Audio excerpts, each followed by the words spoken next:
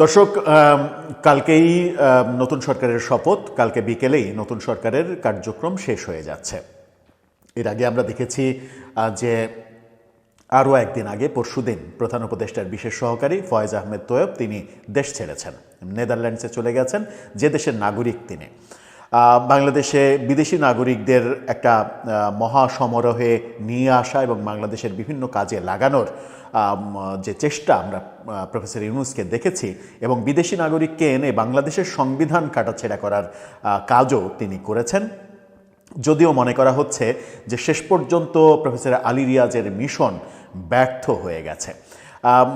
এই ফয়েজ আহমেদ তোয়েব যখন দেশ ছেড়েছেন, অনেকে সমালোচনা করছেন তিনি পালিয়েছেন, তার কাছে অনেক হিসাব বাকি, তার বিরুদ্ধে অনেক দুর্নীতির অভিযোগ রয়েছে, এরকম লেখালেখি যখন হচ্ছে, তখন ফয়েজ আহমেদ তোয়েব একের পর এক ফেসবুক পোস্ট দিচ্ছেন এবং তিনি এতটাই বেসামাল হয়ে গেছেন, গত রাতে একটা ফেসবুক পোস্ট দিয়ে তিনি রীতিমতো অশ্লীল শব্দ ব্যবহার করার চেষ্টা করেছেন। সেখানে মানুষের প্যান্ট ট্যান্ট খুলে ফেলছেন, জাঙ্গিয়া আন্ডারওয়্যার খুলে ফেলছেন, এরকম শব্দ প্রয়োগ করেছেন।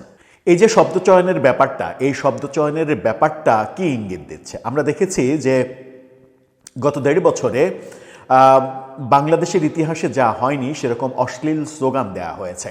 টিনের চালে কাউয়া, এই তারেক রহমান, তারেক জিয়া, খালেদা জিয়া, এই তারপরে বুঝতেই পাচ্ছেন কি শব্দগুলো ব্যবহার করা হয়েছে।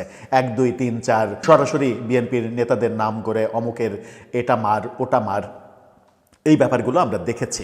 এবং একজন তো রীতিমতো মহামানবে পরিণত হয়েছেন শুধুমাত্র গালিগালাজ করে, এটা ওটা মাওয়া টাউয়া ছিঁড়ে ফেলে তিনি মানে বাংলাদেশের সব থেকে বড়, মানে মনে হয় যেন পারলে জাতির পিতা উপাধি দিয়ে দেওয়া হয়, এরকম একটা অবস্থানে চলে গেছেন শুধুমাত্র গালাগালি করে।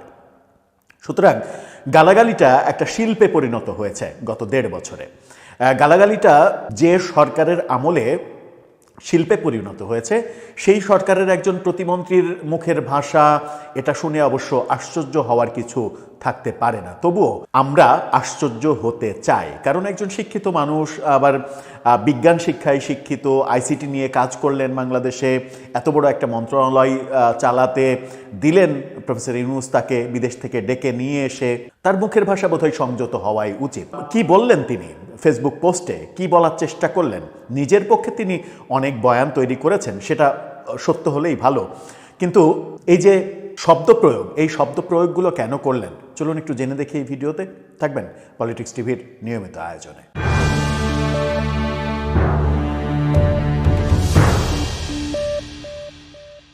দর্শক, বলছিলাম প্রফেসর ইউনূসের বিশেষ সহকারী, প্রধান উপদেষ্টার বিশেষ সহকারী ফয়েজ আহমেদ তোয়েবের কথা।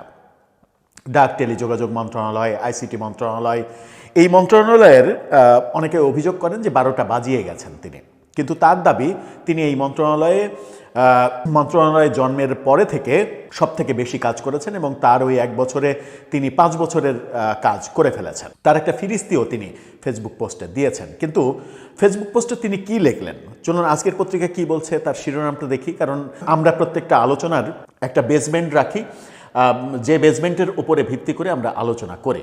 সংবাদ মাধ্যম আন্তর্জাতিক হোক কিংবা স্থানীয় হোক, স্বীকৃত সংবাদ মাধ্যমের খবর ছাড়া আমরা সাধারণত কথা না বলার চেষ্টা করি। আজকের পত্রিকা কি বলছে?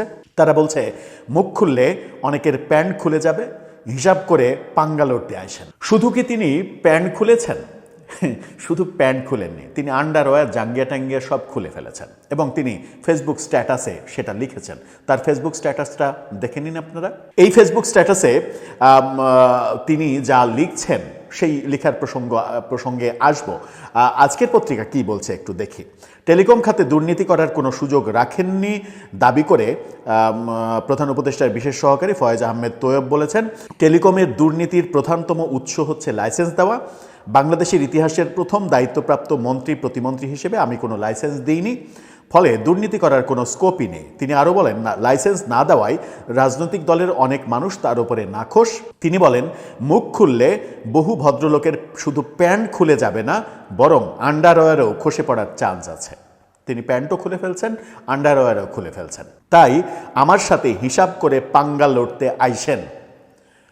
কি বলছেন, আমার সঙ্গে তাই মানে হিসাব করে পাঙ্গা লড়তে আইসেন, এই হচ্ছে একজন প্রধান উপদেষ্টার বিশেষ সহকারীর ল্যাঙ্গুয়েজ। তিনি বলছেন যে প্যান্ট তো খুলে যাবেই, আন্ডারওয়্যারও খুলে যাবে, প্যান্ট আন্ডারওয়্যার সব খুলে ফেলছেন এবং আমার সঙ্গে পাঙ্গা নিতে আসলে সাবধানে আসেন, সবার আমি প্যান্ট আন্ডারওয়্যার সব খুলে ফেলবো। মানে তিনি বলছেন তিনি যদি মুখ খুলেন তাহলে কারো প্যান্ট আন্ডারওয়্যার কিছু থাকবে না। এই হচ্ছে তার ভাষ্য, এই হচ্ছে তার ভাষা। এখন যে কথা বলছিলাম যে গত 1.5 বছরে গালাগালিটাকে শিল্পের পর্যায়ে নিয়ে গেছে যে সরকার, গালাগালির জন্য এই সরকার সর্বোচ্চ সম্মান দিয়েছে বিভিন্ন গালিবাজদের এবং রাষ্ট্রীয় সম্মান দিয়েছে, রাষ্ট্রীয় অর্থ দিয়েছে। যে সম্মান প্রাপ্তির 1% যোগ্যতা নেয় তাকে 1000% সম্মান দেওয়া হয়েছে। ব্যাপারগুলো আমরা দেখেছি, এটা ওটা মাওয়া টাওয়া ছিঁড়ে ফেলার যে ব্যাপারগুলো আমরা দেখেছি, সেই ব্যাপারগুলোকে শিল্পের পর্যায়ে নিয়ে যাওয়া হয়েছে এবং সেটা এখনও চলছে। নির্বাচনের পরে এখনও আমরা দেখছি ঢাকা বিশ্ববিদ্যালয়ে ওই 1 2 3 4 অমুকের এটা মার ওটা মার এই যে ল্যাঙ্গুয়েজে স্লোগান হয়েছিল, বিএনপির নেতাকর্মীদের, বিএনপির শীর্ষ নেতাদের নিয়ে জঘন্য মিছিল করেছিল যারা, এই মানে ছাত্র জনতার নামে কিংবা সাম্প্রদায়িক গোষ্ঠী। এখনও দেখছি যে বিএনপি বিজয়ের পরে ঢাকা বিশ্ববিদ্যালয়ে ওই একই বাক্য চয়নের গান তৈরি করে সেগুলো ঢাকা বিশ্ববিদ্যালয়ে ওপেন বাজানো হচ্ছে এবং সেগুলোতে নারী পুরুষ সবাই নৃত্য করছে। এই ব্যাপারগুলো বাংলাদেশে একটা বৈধতা পেয়েছে। আমার মনে হয় যে নতুন সরকারের প্রথম কাজ হবে এই ব্যাপারগুলোকে যতটা পারা যায় মিনিমাইজ করা। আমাদের একজন সাংস্কৃতিক ইমাম রয়েছেন, সেই সাংস্কৃতিক ইমাম বাংলাদেশের নাটকের ভাষার 14 গোষ্ঠী উদ্ধার করে ফেলেছিলেন, বাংলাদেশের নাটকের ভাষায় অশ্লীলতা নিয়ে এসেছিলেন, বাংলাদেশের নাটকে প্রথম রুম ডেট, ফার্স্ট ডেট, এই ডেট ওই ডেট এগুলো করেছিলেন। চলচ্চিত্রে কিভাবে একজন কামুক পুরুষ নিজের কাম বাসনা সেটা কন্ট্রোল করতে পারছে না, কিভাবে দোকানে গিয়ে ফার্মেসিতে গিয়ে কিভাবে সে কন্ডম কিনবে, এই ব্যাপারগুলোকে শিল্পের পর্যায়ে যিনি নিয়ে গিয়েছিলেন তার এবং তাদের নেতৃত্বে বাংলাদেশের মানে নাটকের বাইরে, সিনেমার বাইরে এসে বাংলাদেশের সাধারণ মানুষের ভাষাটাও একেবারে মানে শিল্পের পর্যায়ে নিয়ে গেছেন, এরকম গালাগালির পর্যায়ে। এবং প্রধান উপদেষ্টার এই বিশেষ সহকারী তিনি বোধহয় প্রমাণ করলেন যে ব্যাপারটা মানে শিল্পের পর্যায়ে যে গেল এটা তাদের পৃষ্ঠপোষকতাতেই গেল। তিনি অনেক ফিরিস্তি দিয়েছেন যে বেশ কিছু নীতিমালা করেছেন, অনেক কাজ করেছেন, সেগুলো তিনি সুস্থভাবে বলতেই পারতেন এবং বলতেই পারতেন নিজের। শেষে তিনি বলেছেন যে বাংলাদেশের ইতিহাসে প্রথম তিনি 11 মাসে কি করেছেন তার জন্য নোট টু সাকসেসর লিখে গিয়েছেন, এটাও বাংলাদেশের ইতিহাসে বিরল। নতুন দায়িত্বে যে আসবে সে তার কাছে একটা ইতিহাস থেকে যাবে যে এই 11 মাসে কি হয়েছে, সুতরাং তার পক্ষে অনেক কিছুই ভাঙচুর করা সম্ভব হবে না, তাহলে ইতিহাসের দায় থেকে যাবে। এই ব্যাপারগুলো তিনি লিখেছেন, এগুলো লিখতেই পারেন, পজিটিভলি লিখতে পারতেন, কিন্তু একজনের প্যান্ট খুলে ফেলবেন আপনি, তার জাঙ্গিয়া আন্ডারওয়্যার খুলে ফেলবেন। এ কোন শিল্পের যুগে আমরা প্রবেশ করলাম? এ কোন শিল্প আমাদেরকে এই সরকার দেখালো এবং সরকারের লোকজন দেখালো? যে সরকারের প্রেস সচিব তিনি দাবি করছেন সরকার 90% সফল। সরকার যদি 90% সফল মানে 90%কে তো 100%ই বলা যায়। সরকার যদি শতভাগ সফলই হয়ে যায় তাহলে এগুলোই কি সরকারের সফলতা? এই শব্দচয়ন, এই মিছিলের ভাষা, এই মানে স্লোগানের ভাষা এবং সেগুলোকে জাস্টিফাই করার চেষ্টা করা, মানে সারা দেশে মবের রাজত্ব, রাম রাজত্ব কায়েম করা, এগুলোই কি মানে সাফল্য? এগুলোকেই কি আমরা সামনের দিনে পুজো করব? প্রশ্নটা অনেক বড় প্রশ্ন। প্রশ্নটা আপনাদের কাছে ছেড়ে দিলাম যে বাংলাদেশের একজন মন্ত্রী কিংবা প্রতিমন্ত্রী তার মুখের ভাষা এরকমটা হওয়া উচিত কিনা, বাংলাদেশকে আসলে কোন পথে নিয়ে যাওয়ার চেষ্টা করা হয়েছে, সেই পথ থেকে আমাদের ফিরে আসতে কত সময় লাগবে আরও?